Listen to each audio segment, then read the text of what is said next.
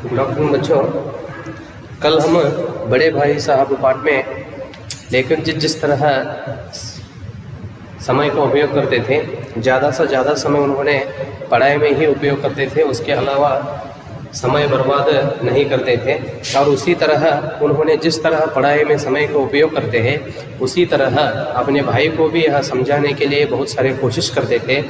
और छोटे भाई पर बड़े भाई का क्या जिम्मेदारी होता है, उस जिम्मेदारी को निभाने के लिए उन्होंने बहुत सारे कोशिश करते थे। उसके बारे में हम कल चर्चा किए थे। तो आज आगे का विषय क्या है, तो लेखक जी अपने बड़े भाई को समझाने के लिए किस तरह कोशिश करते हैं और छोटे भाई बड़े भाई के बात को उन्होंने जिस तरह आदर से अपना जीवन में वह पालने के लिए किस तरह कोशिश करते थे, उसके बारे में आज हम चर्चा करेंगे। देखिए बच्चों,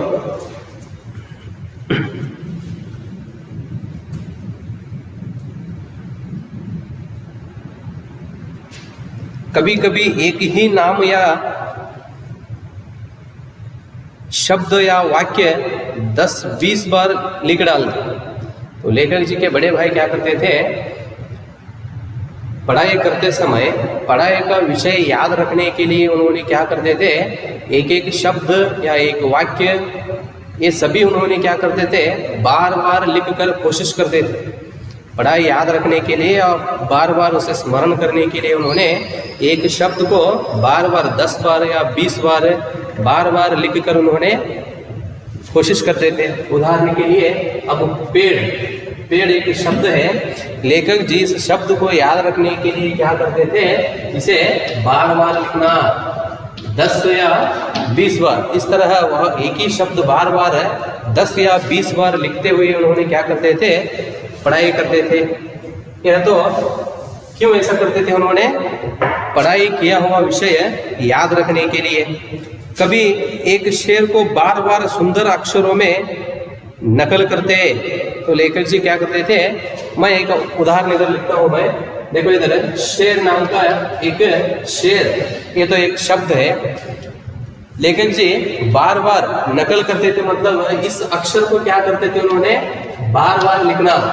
एक ही शब्द को बार बार लिखते हुए उन्होंने क्या करते थे, वह शब्द या वाक्य याद रखने के लिए इस तरह नकल करते हुए कोशिश करते थे।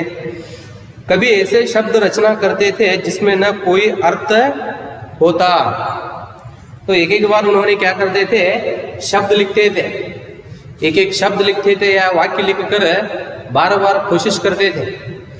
लेखक जी कहते हैं कि तो बड़े भाई एक एक बार क्या शब्द लिखते थे, उन शब्द को अर्थ भी नहीं रहता था, न कोई सामंजस्य, तो उसमें अर्थ भी नहीं रहता था, और वो शब्द में वो पढ़ने के लिए भी नहीं आता था, और उसमें अर्थ भी नहीं रहता था। मसलन एक बार उनकी कॉफी पर मैंने यह इबारत देखी। तो लेखक जी कहते हैं, एक बार लेखक जी क्या किए, बड़े भैया क्या लिखा है ध्यान से लेखक जी उसे देखते हैं। देखे तो लेखक जी को कुछ भी नहीं समझ में आया। तो इबारत मतलब लिखा हुआ विषय। तो लेखक जी के बड़े भाई क्या लिखे हैं उसके बारे में उन्होंने क्या करते हैं, ध्यान से देखते हैं। इबारत मतलब लेख या लिखा हुआ विषय।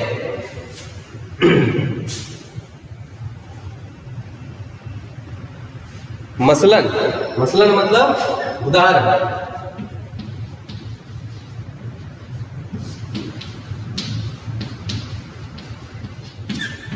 एक बार बड़े भाई उदाहरण के लिए वो क्या लिखे हैं, लेखक जी उदाहरण के लिए ऐसा ही उस पर जरा ध्यान दिए, तो देखे तो लेखक जी को उसमें कुछ भी समझ में नहीं आया। देखिए, स्पेशल अमीना भाइयों दरअसल भाई राधे श्याम श्रीयुत राधे श्याम।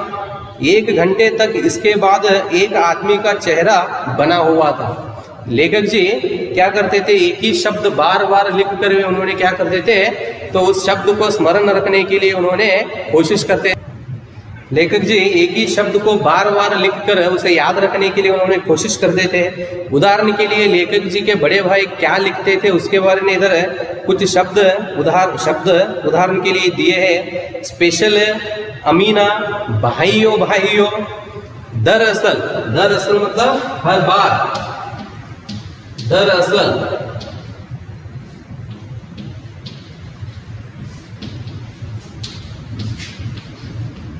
हर बार उन्होंने इस तरह शब्दों को लिखकर क्या करते थे, कोशिश करते थे। तो देख लो कौन कौन से शब्द, भाई भाई, भाई भाई, और राधे श्याम, राधे श्याम। तो इस तरह अभी उदाहरण उधर दिए उन्होंने, श्रीयुत राधे श्याम। 1 घंटे तक इसके बाद एक आदमी का चेहरा बना हुआ था। तो इस तरह उन्होंने क्या किए थे, एक ही शब्द को बार बार लिखकर 1 घंटे तक लिखने के बाद तो उधर क्या हुआ था, किताब में एक चेहरा बना हुआ था, एक चेहरा बना हुआ था। मैंने बहुत चेष्टा की कि इस पहेली का कोई अर्थ निकलूं, लेकिन असफल रहा। देखो तो लेखक जी ये क्या लिखे हैं, भाई ने इस तरह सोचकर उन्होंने बहुत ध्यान से उस विषय पर या उस शब्द पर ध्यान दिए उन्होंने। लेखक जी को कुछ भी समझ में नहीं आया, तो लेखक जी उसे क्या कहने लगे, पहेली कहने लगे। इस पहेली को मैं क्या नाम दूं, तो इस शब्द को मैं जिस तरह पढ़ूं उसके बारे में लेखक जी सोचने लगे, लेकिन लेखक जी को कुछ भी समझ में नहीं आया।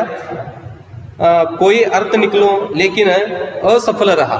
तो उसमें अर्थ खोजने के लिए लेखक जी बहुत कोशिश किए, लेकिन उसमें लेखक जी असफल रहे। सफल मतलब जीत हासिल करना। तो लेखक जी इधर क्या हो गए, उसमें अर्थ ढूंढने में असफल हो गए और उनसे पूछने का साहस न हुआ। तो बाद में लेखक जी क्या सोचे इसके बारे में, बड़े भाई से पूछे तो मुझे कुछ समझ में आएगा सोचकर मन में सोचने लगे। फिर भी लेखक जी को अपने भाई से पूछने के लिए हिम्मत न हुआ, मतलब धैर्य न हुआ। वह 9वीं जमात में थे। जमात मतलब कक्षा, जमात मतलब कक्षा। लेखक जी के बड़े भाई 9वीं कक्षा में पढ़ते थे, 9वीं जमात में थे। बड़े भाई क्या करते थे, उन्होंने 9वीं कक्षा मतलब 9th स्टैंडर्ड में पढ़ते थे। 9वीं कक्षा में मैं 5वीं, लेखक जी के बड़े भाई 9th या 9वीं कक्षा में पढ़ते थे और लेखक जी 5th क्लास 5वीं कक्षा में पढ़ते थे। उनकी रचनाओं को समझना मेरे लिए छोटा मुंह बड़ी बात थी। देख लो, तो इसका अर्थ होता है कि छोटा मुंह बड़ी बात बहुत बड़ा विषय बन गया था। इसका अर्थ होता है कि लेखक जी को अपने बड़े भाई लिखा हुआ विषय सोचने के लिए या समझ लेने के लिए वो तो बहुत बड़ा विषय लग रहा था, बहुत कठिनाई का विषय लग रहा था। तो ये क्या बड़े भाई लिखे हैं इसके बारे में उन्होंने समझने के लिए बहुत सारे कोशिश किए, लेकिन उसके बारे में लेखक जी को जरा भी समझ में नहीं आया। तो इसलिए यह कहते हैं कि वह विषय बड़े भाई से लिखा हुआ विषय है, मुझे बहुत बड़ा विषय लगा, उसमें मुझे जरा भी समझ में नहीं आया। मेरा जी पढ़ने में बिल्कुल न लगता था। जी मतलब मन या हृदय, मन या हृदय। बड़े भाई जिस तरह पढ़ते थे या पढ़ाई में उन्होंने समय का उपयोग जिस तरह लेते थे, इसके बारे में हम अब पूरा विषय देख लिए। बड़े भाई का स्वभाव कैसा था उसके बारे में हम ये पहला पृष्ठ में पूरा देख लिए। अब लेखक जी खुद अपने बारे में कहते हैं। लेखक जी को पढ़ाई करने में जरा भी मन नहीं था, मतलब तो उन्होंने पढ़ाई ध्यान से न करते थे। मेरा जी पढ़ने में बिल्कुल न लगता था। 1 घंटा भी किताब लेकर बैठना पहाड़ था। देख लो, लेखक जी को 1 घंटा भी किताब लेकर पढ़ते हुए बैठने के लिए नहीं होता था।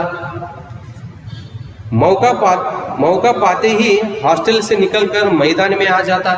मौका मतलब समय, चांस, मौका मतलब समय। लेखक जी को जरा समय मिला तो वे क्या करते थे, हॉस्टल से सीधा मैदान में दौड़ आते थे, भाग आते थे, मैदान में आ जाता और कभी कंकरियां उछालता, कभी कागज की तितलियां उड़ाता और कहीं कोई साथी मिल गया तो पूछना ही क्या। देख लो, लेखक जी जरा सा समय मिला तो लेखक जी को पढ़ाई करने में जरा भी मन नहीं था। उन्होंने रोज क्या करना चाहते थे, सिर्फ मैदान में खेलना चाहते थे। तो उसी समय उनको जरा समय मिला तो वे क्या करते थे, सीधा हॉस्टल से मैदान में भाग आते थे या दौड़ आते थे। उधर आकर वे क्या करते थे, कंकरियां उछालता। कंकरियां मतलब क्या होता है, इस तरह वे क्या करते थे, तालाब जैसा एक इस तरह तालाब जैसा इस तरह घेरा लगाकर वे क्या करते थे, ऊपर से अंदर कूदना और बाहर आना। कंकरिया मतलब तो तालाब जैसा एक घेरा लगाकर क्या करना, अंदर कूदना और बाहर आ जाना। उछालता, कभी कागज की तितलियां उड़ाता और क्या करते थे, कागज से तितलियां बनाकर उड़ाते थे। और कहीं कोई साथी मिल गए तो पूछना ही क्या। देख लो, इस तरह वे क्या करते थे, अकेले हो तो इस तरह खेलों में भाग लेते थे। तो उसी समय उनके साथ कोई एक साथी मिल गया तो उसके बारे में पूछने के लिए नहीं होता था या बोलने के लिए भी नहीं होता था, क्योंकि उनके साथ वे क्या करते थे, बहुत आनंद से समय बिताते थे। कभी चार दीवारी पर चढ़कर नीचे कूद रहे थे। चार दीवारी मतलब घेरा हुआ दीवार, चार दीवारी।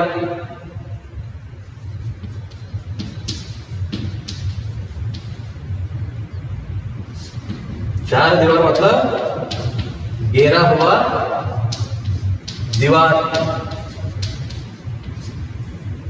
घेरा हुआ दीवार। तो लेखक जी क्या करते थे, कभी चार दीवार पर चढ़कर नीचे कूद रहे थे। तो चारों ओर बना हुआ दीवार, चार दीवार ऐसा ही, हाँ, सर्कल, चारों ओर बना हुआ दीवार को क्या कहते हैं हम, चार दीवार। तो उस पर चढ़कर लेखक जी क्या करते थे, नीचे कूदते थे। कभी फाटक पर सवार उसे आगे पीछे चलाते हुए मोटर कार का आनंद उठा रहे हैं। तो लेखक जी क्या करते थे, उसी तरह तो दीवार के पास जाते ही तो उधर क्या करते थे उन्होंने, फाटक मतलब अब दीवार के सामने लगा हुआ गेट बोलते हैं आप अंग्रेजी में, गेट मने तो गेट मर्सिल कर रहे, गेट, फाटक।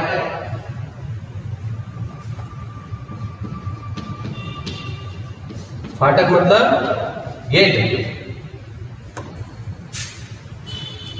तो लेखक जी क्या करते थे, फाटक पर सवार उसे आगे पीछे चलाते हुए मोटर कार का आनंद उठा ले। आप भी खेलते रहते हैं बच्चों, तो एक ऐसा गेट आपको मिला तो आप एक और आपके दोस्त एक और उस पर चढ़कर आप क्या करते हैं, आगे पीछे करते रहते हैं। तो उसको ऐसा किए तो हमें तो एक ऐसा आनंद लगता है कि हम गाड़ी पर जा रहे हैं। तो उसी तरह लेखक जी क्या करते थे, इधर उस गेट पर चढ़कर उसे आगे पीछे करते हुए मोटर कार का आनंद उठा रहे थे। लेकिन कमरे में आते ही भाई साहब का वह रुद्र रूप देखकर प्राण सूख जाते। लेखक जी इस तरह पाठशाला हॉस्टल से मैदान में जाकर अनेक खेलों में भाग लेकर संतोष से समय बिताकर वापस हॉस्टल आते ही दरवाजे पर उन्होंने किसे देखते थे, अपने बड़े भाई को। बड़े भाई को देखते ही क्या होता था, उधर प्राण सूख जाता था। इसका अर्थ होता है कि चेहरे पर जो आनंद का भाव था वह पूरा उड़ जाता था। डरते थे उन्होंने बड़े भाई को देखते ही, क्योंकि लेखक जी एक ही बार नहीं हर बार इस तरह ही करते थे। तो उसका परिणाम क्या होता था, आगे देखिए। कमरे में आते ही भाई साहब का वह रुद्र रूप देखकर प्राण सूख जाते। उनका पहला सवाल यह होता, कहाँ थे। तो लेखक जी मैदान से वापस कमरे में आते ही अपने बड़े भाई कहाँ रहते थे, उन्होंने दरवाजे पर। तो उधर देखते ही लेखक जी को बहुत उसे देखते ही बहुत आश्चर्य हो जाता था, मतलब वे डर जाते थे। अब बड़े भाई क्या करते हैं, मुझे डांटते हैं सोचकर। तो उसके अनुसार ही लेखक जी के बड़े भाई का पहला सवाल क्या था, तो कहाँ था,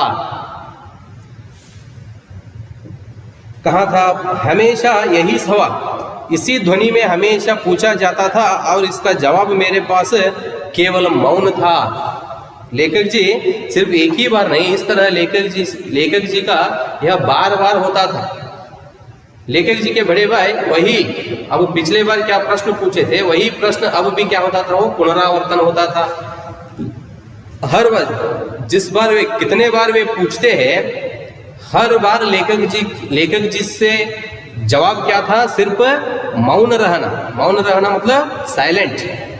ಅವರು ಎಷ್ಟು ಸಲ ಪ್ರಶ್ನೆ ಕೇಳಿದ್ರು ಸಹಿತ ಲೇಖಕರಿಂದ ಅದರ ಉತ್ತರ ಏನಾಗಿತ್ರಿ, ಕೇವಲ ಮೌನವಾಗಿ ನಿಲ್ಲುವುದು, ಸ್ಟ್ಯಾಚ್ಯೂ ಮೌನವಾಗಿ ನಿಲ್ತಾ ಇದ್ರು। मौन था, न जाने मेरे मुंह से यह बात क्यों न निकलती कि जरा बाहर खेल रहा था।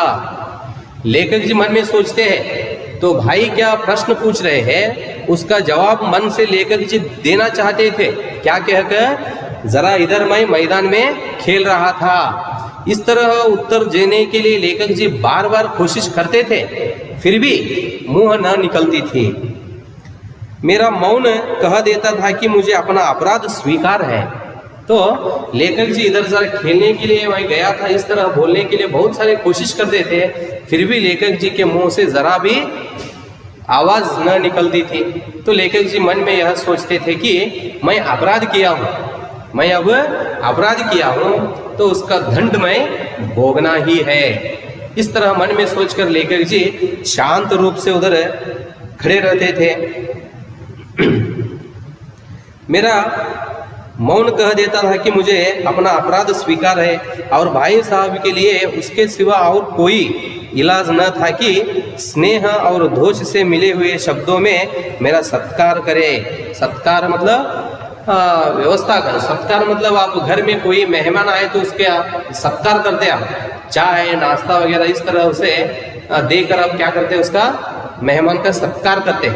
तो उसी तरह इधर क्या करते थे, लेखक जी के बड़े भाई लेखक जी को सत्कार करते थे।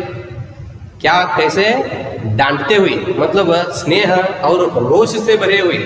कुछ शब्द उसमें लेखक जी को समझाने के लिए भी थे और कुछ शब्द डांटते हुए शब्द भी थे।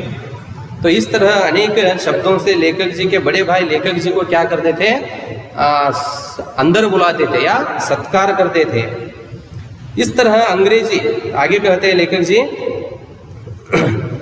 इस तरह अंग्रेजी पढ़ोगे तो जिंदगी भर पढ़ते रहोगे।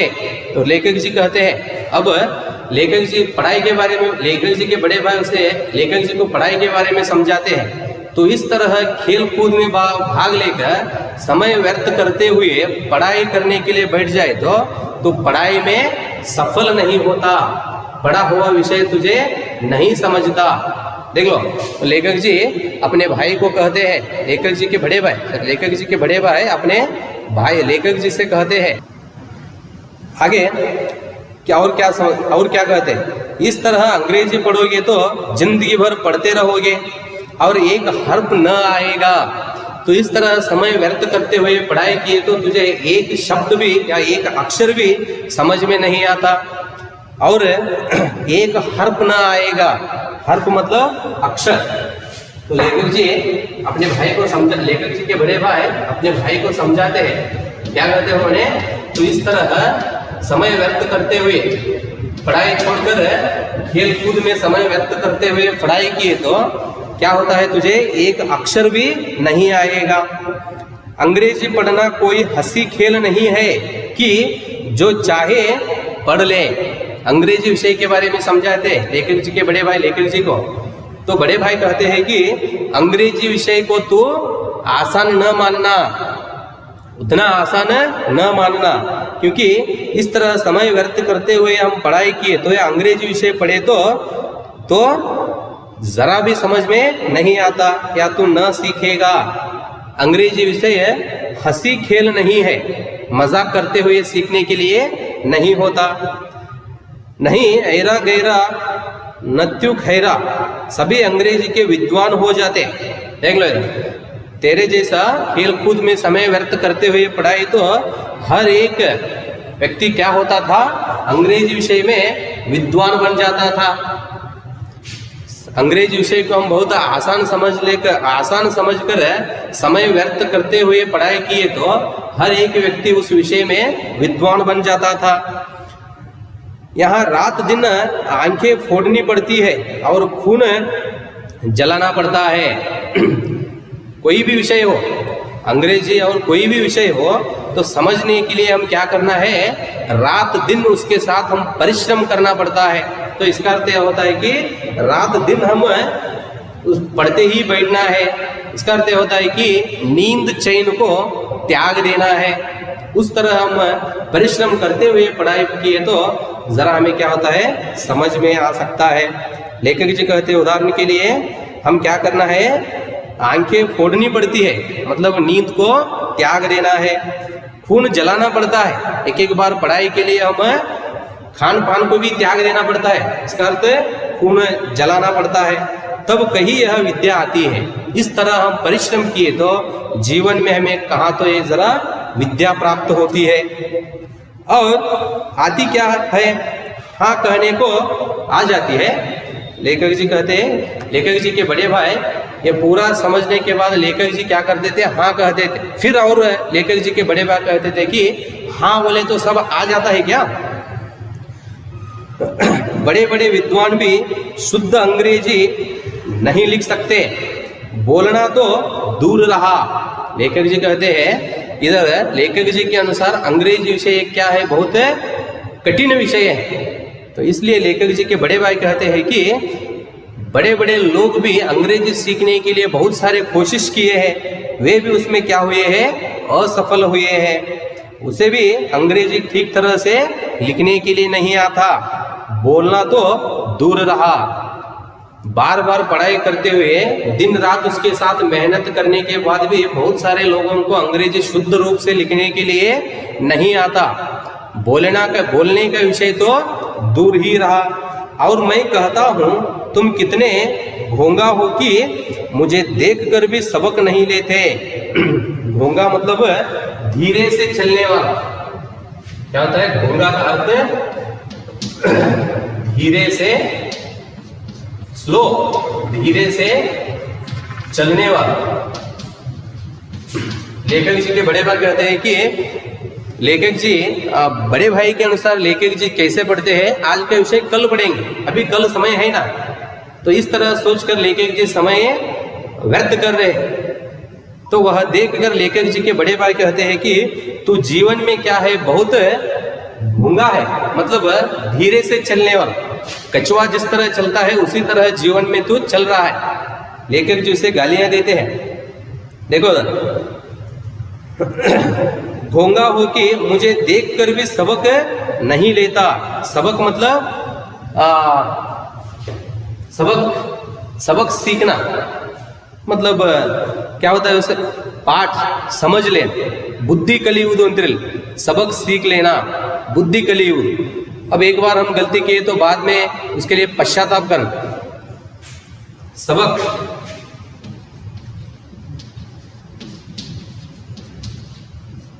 पाठ या बुद्धि। लेखक जी कहते हैं, लेखक जी के बड़े भाई क्या कहते हैं, तो मुझे देखकर भी सबक नहीं सीख रहा है।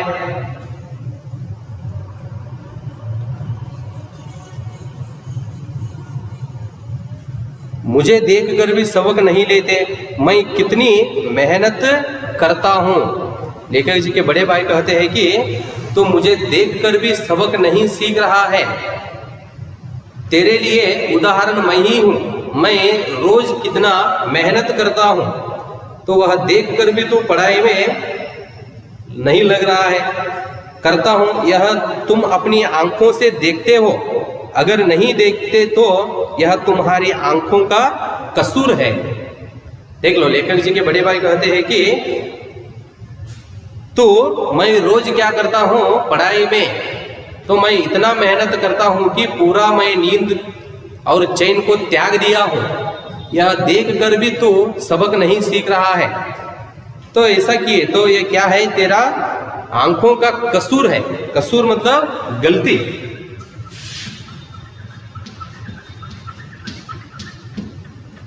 कसूर मतलब गलती। तो इसका अर्थ होता है कि ಲೇಖಕರ ದೊಡ್ಡಣ್ಣ ಲೇಖಕರಿಗೆ ಏನು ಹೇಳ್ತಾನ್ರಿ ಇಲ್ಲಿ, ನಾನು ದಿನಾಲೂ ಓದುವ ಸಲುವಾಗಿ ಎಷ್ಟು ಕಷ್ಟವನ್ನು ಕೊಡುತ್ತೇನೆ, ನಾನು ನಿನ್ನ ಮುಂದೆ ನಿನಗಾಗಿ ನಾನು ಉದಾಹರಣೆ ಇದ್ದೇನೆ, ಉದಾಹರಣವಾಗಿ ನಾನಿದ್ದೇನೆ, ನೀನು ನನ್ನನ್ನು ನೋಡಿ ಕಲಿಯದಿದ್ದರೂ ಸಹಿತ ಅದು ಏನಾಗಿದೆ, ನಿನ್ನ ಕಣ್ಣುಗಳ ತಪ್ಪು, ನಿನ್ನ ಕಣ್ಣುಗಳ ತಪ್ಪು। मुझे देख कर भी तू नहीं सीखा तो यह तो क्या है, तुम्हारी आंखों का कसूर है, तुम्हारी बुद्धि का कसूर है। ये तो क्या है, आंखों का कसूर और तुम्हारी बुद्धि का कसूर है। तो इस तरह लेखक जी क्या करते हैं, अपने लेखक जी के बड़े भाई अपने भाई लेखक जी को पढ़ाई का महत्व और पढ़ाई करने में हम जिस तरह हमारे आदतों को त्याग देना है, या मन बार बार खेलने के लिए चाहता है, तो एक एक बार हम पढ़ाई के लिए हम क्या करना है, इनको त्याग देना पड़ता है। इस तरह लेखक जी पढ़ाई का महत्व और जीवन में हम सफलता पाने के लिए जिस तरह परिश्रम करना है, ये सब क्या करते हैं, लेखक जी के बड़े भाई अपने भाई को समझाते हैं। तो यह सुनकर भी लेखक जी के जीवन में तो बदलाव हुआ या नहीं, तो उसके बारे में अभी बहुत सारा विषय है, उसके बारे में हम आगे के कक्षा में देखेंगे। धन्यवाद बच्चों।